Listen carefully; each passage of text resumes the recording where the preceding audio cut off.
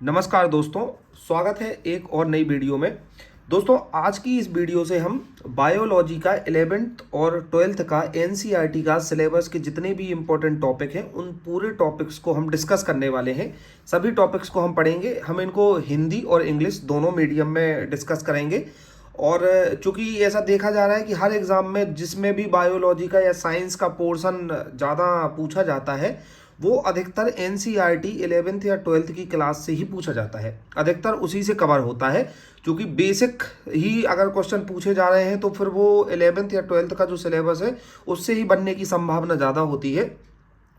तो हम जितना भी ये 11th और 12th का बायोलॉजी का जो सिलेबस है उनको सारे टॉपिक्स को टॉपिक वाइज एक एक टॉपिक उठा के सभी को डिस्कस करेंगे और उसको हम कवर करेंगे, ताकि अगर कोई बेसिक क्वेश्चन कहीं से भी बनता है, ये जो पूरी पोर्शन हम चलाने वाले हैं ये उन सभी लोगों के लिए महत्वपूर्ण होगा जो या तो किसी ऐसे एग्ज़ाम की तैयारी कर रहे हैं जिसमें बायोलॉजी का सिलेबस, बायोलॉजी का पोर्शन ज़्यादा पूछा जाता है, या साइंस का वेटेज जिसमें ज़्यादा होता है, तो उन लोगों के लिए ये महत्वपूर्ण होगा। तो आज की वीडियो में तो हम 11th और 12th का जो सिलेबस है उसको डिस्कस करेंगे। इसमें हम 11th का सिलेबस डिस्कस कर लेंगे और एक और क्लास के माध्यम से हम 12th का भी सिलेबस डिस्कस कर लेंगे। सबसे पहले आप लोग ये समझ लीजिएगा कि सिलेबस क्या है, सिलेबस के अंतर्गत कौन कौन से टॉपिक आ रहे हैं, फिर हम एक एक टॉपिक उठा के फिर उसके बारे में डिस्कस करेंगे। चलिए देखते हैं। देखिए, जो 11th का जो सिलेबस है और इसके अंतर्गत जो चीज़ें हैं तो इसको 2 यूनिट में डिवाइड किया गया है, यूनिट 1 और यूनिट 2। और यूनिट के अंदर फिर चैप्टर्स, अलग अलग चैप्टर्स हैं, तो उनको हम समझते हैं। सबसे पहले आती है यूनिट 1। यूनिट 1 में है डाइवर्सिटी इन लिविंग वर्ल्ड, और इसका जो फर्स्ट चैप्टर है वो डाइवर्सिटी इन लिविंग वर्ल्ड जो है चैप्टर है फर्स्ट। इसके अंतर्गत कौन कौन से टॉपिक आते हैं? इसके अंतर्गत पहला टॉपिक जो आता है diversity in the living world, जीवित दुनिया में विविधता। तो हम हिंदी और इंग्लिश दोनों ही लैंग्वेज में हम इसको समझते जाएंगे ताकि चीज़ें अच्छे से क्लियर हो जाए। तो ये हमारा फर्स्ट टॉपिक है। सेकंड टॉपिक है टोक्सोनोमी एंड सिस्टमैटिक्स, वर्गीकरण और प्रणालीगत अध्ययन। तो जब हम पढ़ने के लिए जाएंगे तो हम पहले एक टॉपिक उठाएंगे, इसके बारे में डिटेल से समझेंगे, फिर दूसरा टॉपिक उठाएंगे, उसके बारे में फिर हम डिटेल से समझेंगे। तीसरा टॉपिक है concept of species and taxonomical hierarchy, यानी प्रजाति और वर्गीकरण पदानुक्रम की अवधारणा। इसके बाद अगला टॉपिक है बायोनोमियल नोमेक्चुअल बायोनोमियल नामकरण। अगला टॉपिक है tools for study of diversity, museum, herbarium and botanical garden, यानी विविधता के अध्ययन के उपकरण, संग्रहालय, हर्बेरियम और वनस्पति उद्यान। फिर आता है नेक्स्ट है 5 किंगडम क्लासिफिकेशन, यानी 5 राज वर्गीकरण। ये क्या होते हैं, इन सभी टॉपिक्स को एक एक टॉपिक्स के बारे में हम डिस्कस करेंगे। इसके बाद आता है चैप्टर 2, दूसरा चैप्टर है। इस चैप्टर का नाम है structural organisation and animal and plants. तो इसके अंतर्गत कौन कौन से महत्वपूर्ण टॉपिक आते हैं? पहला टॉपिक आता है इसमें मॉर्फोलॉजी ऑफ प्लांट्स, यानी पौधों की रूप रचना। दूसरा टॉपिक आता है root, stem, leaf, inflorescence, flower, fruit and seeds, यानी जड़, तना, पत्ता, पुष्पगुच्छ, पुष्प, फल और बीज। ये दूसरा टॉपिक है। तीसरा टॉपिक है एनिमल टिश्यू, यानी पशु ऊतक। और अगला टॉपिक है epithelial, connective, muscular and nervous tissue, यानी उपकला, संयोजी, पेशी और तंत्र का ऊतक। अगला टॉपिक आता है एनाटॉमी ऑफ प्लांट्स, यानी पौधों का शारीरिक संगठन। फिर अगला टॉपिक आता है टिश्यू सिस्टम, यानी ऊतक प्रणालियां।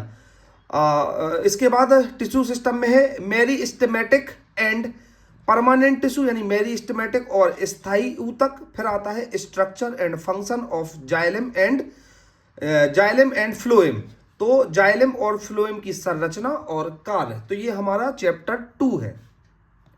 इसके बाद बात आती है चैप्टर 3 की। तो चैप्टर 3 में सेल स्ट्रक्चर एंड फंक्शन।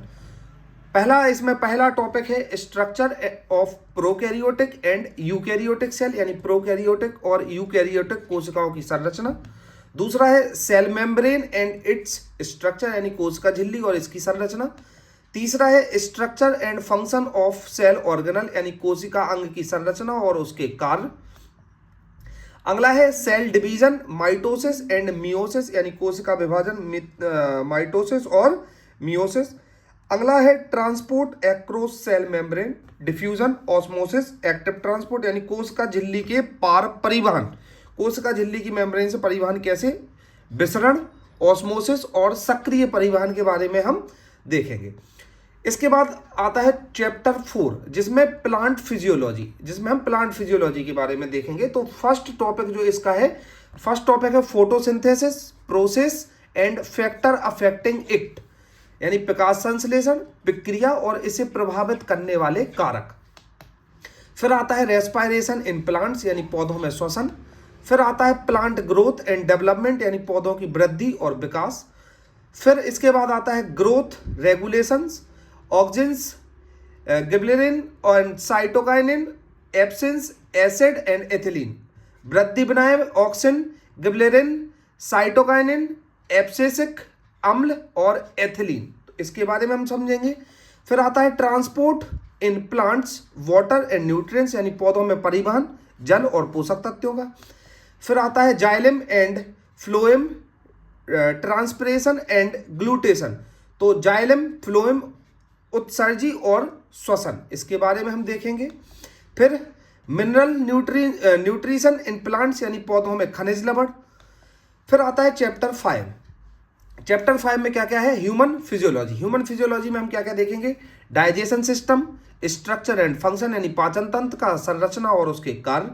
फिर आता है ब्रीदिंग एंड रेस्पायरेशन, श्वसन और श्वसन प्रक्रिया। फिर आता है mechanism of breathing, transport of gases, यानी श्वसन की प्रक्रिया और गैसों में परिवहन। फिर आता है बॉडी फ्लूइड्स एंड सर्कुलेशन, यानी ब्लड एंड कंपोनेंट्स, यानी शरीर द्रव्य और परिसंचरण, रक्त और इसके घटक। फिर उसके बाद देखते हैं अगला टॉपिक है heart, blood vessels and circulation, यानी हृदय, रक्तवाहिकाएं और परिसंचरण। अगला टॉपिक है एक्सक्रेटरी सिस्टम, जैसे किडनी, नेफ्रॉन, यूरिन फॉर्मेशन और ऑस्मो रेगुलेशन, यानी उत्सर्जन तंत्र, किडनी, नेफ्रॉन, मूत्र निर्माण और ऑस्मो रेगुलेशन। इसके बाद अगला टॉपिक है locomotion and movement, structure and human skeleton और मसल्स, यानी गतिशीलता और गति, मानव कंकाल और मांसपेशियों की संरचना। फिर आता है neural control and coordination, structure of neuron, nerve impulsion, यानी तंत्र का नियंत्रण और समन्वयन, न्यूरॉन की संरचना और तंत्र का आवेग। इसके बाद आता है एंडोक्राइन सिस्टम, हार्मोन्स और ग्लैंड, यानी अंतःस्रावी तंत्र और हार्मोन्स और ग्रंथियों के बारे में हम ह्यूमन फिजियोलॉजी के अंतर्गत देखेंगे। देन अगला फिर 5 टॉपिक के बाद, 5 चैप्टर के बाद एक यूनिट समाप्त हो जाती है और फिर आती है यूनिट सेकंड। यूनिट सेकंड में क्या देखते हैं, structural organisation in animal and plants, यानी एनिमल और प्लांट्स में क्या क्या स्ट्रक्चरल और ऑर्गेनाइजेशंस होती हैं। तो सबसे पहले चैप्टर आता है 6 चैप्टर में हम पढ़ेंगे प्लांट एनाटॉमी के बारे में। प्लांट एनाटॉमी में हम क्या क्या देखते हैं, इसमें टॉपिक है टिश्यू सिस्टम। टिश्यू सिस्टम में हम देखेंगे मेरिस्टेमेटिक एंड परमानेंट टिश्यू, यानी ऊतक प्रणालियां, मेरिस्टेमेटिक और स्थायी ऊतक। फिर हम देखेंगे anatomy of डिकोट and monocot plant, यानी द्विबीजपत्री और एक बीजपत्री पौधों का शारीरिक संगठन। फिर आएगा चैप्टर 7 जिसमें हम एनिमल किंगडम के बारे में देखेंगे। तो इसमें जो टॉपिक रहेगा, फर्स्ट रहेगा क्लासिफिकेशन ऑफ एनिमल, यानी जानवरों का वर्गीकरण। दूसरा रहेगा phylogeny and major animal group, invertebrate and vertebrate. Invertebrate कौन कौन से हैं और वर्टिब्रेट कौन कौन से, यानी प्रमुख पशु समूह का वंशवृत्त, आवर्गीय और कशेरुकी, इसको कशेरुकी और आवर्गीय बोला जाता है। फिर देखेंगे कैरेक्टरिस्टिक्स ऑफ ईच फिल्म, यानी प्रत्येक फिल्म की विशेषता, क्या क्या कैरेक्टरिस्टिक्स है। फिर आएगा टॉपिक 8वें टॉपिक में हम क्या देखेंगे, मॉर्फोलॉजी ऑफ फ्लोरिंग प्लांट। इसमें पहला टॉपिक जो आएगा वो आएगा parts of plant, root, stem, leaves, flowers, fruit and seeds, यानी पौधों के भाग, जड़, तना, पत्तियां, फूल, फल और बीज। तो ये पहला टॉपिक रहेगा। दूसरा रहेगा modification of root, stems and leaves, यानी जड़ों, तनों और पत्तियों के रूपांतरण। अगला जो चैप्टर है वो है 9वां चैप्टर। इसमें पढ़ेंगे हम प्लांट फिजियोलॉजी के बारे में। प्लांट फिजियोलॉजी में सबसे पहले आता है प्रकाश संश्लेषण, फोटोसिंथेसिस। फिर आता है रेस्पायरेशन यानी श्वसन। फिर आता है ग्रोथ एंड डेवलपमेंट, वृद्धि और विकास। और फिर आता है ट्रांसपिरेशन एंड प्लांट न्यूट्रिशन, उत्सर्जन और पौधों का पोषण। तो ये हम प्लांट फिजियोलॉजी के अंतर्गत देखेंगे। फिर आता है 10वां चैप्टर। 10वें चैप्टर के अंतर्गत हम देखेंगे ह्यूमन फिजियोलॉजी के बारे में। ह्यूमन फिजियोलॉजी में डाइजेशन एंड एब्जॉर्प्शन, पाचन और अवशोषण, ब्रीदिंग एंड रेस्पायरेशन यानी श्वसन और श्वसन प्रक्रिया। फिर देखेंगे बॉडी फ्लूइड्स एंड सर्कुलेशन यानी शारीरिक द्रव और परिसंचरण। फिर देखेंगे एक्सक्रेशन एंड ऑस्मो रेगुलेशन। फिर हम देखेंगे उत्सर्जन और ऑस्मो रेगुलेशन। फिर हम देखेंगे लोकोमोशन एंड मूवमेंट यानी गतिशीलता और गति। फिर हम देखेंगे न्यूरल कंट्रोल एंड कोऑर्डिनेशन यानी तंत्र का नियंत्रण और समन्वय। फिर हम देखेंगे hormonal control in the body यानी शरीर में हार्मोनल नियंत्रण। तो इस तरीके से ये हमारे 10 जो चैप्टर हैं क्लास 11th के बायोलॉजी के, उन सभी को हम एक एक टॉपिक वाइज पढ़ेंगे। और जैसे ही हम एक टॉपिक पढ़ लेंगे तो उससे रिलेटेड जितने मल्टीपल चॉइस क्वेश्चन होंगे, एमसीक्यूज क्वेश्चन होंगे, उन सभी को भी हम साथ में डिस्कस करते जाएंगे। इसके अलावा जो हमारा और एमएलटी का जो सिलेबस चल रहा है वो तो चलेगा ही, चूंकि बेसिक जो होता है वो बायोलॉजी लैब असिस्टेंट के लिए, लैब टेक्नीशियन के लिए जितना भी बेसिक जो सिलेबस उठाया जाता है, बेसिक क्वेश्चन बनते हैं, वो 11th और 12th की एनसीईआरटी से ही बनते हैं। इसलिए हम इसको डिस्कस करेंगे। चलिए मिलते हैं अगली वीडियो में, तब तक के लिए थैंक यू।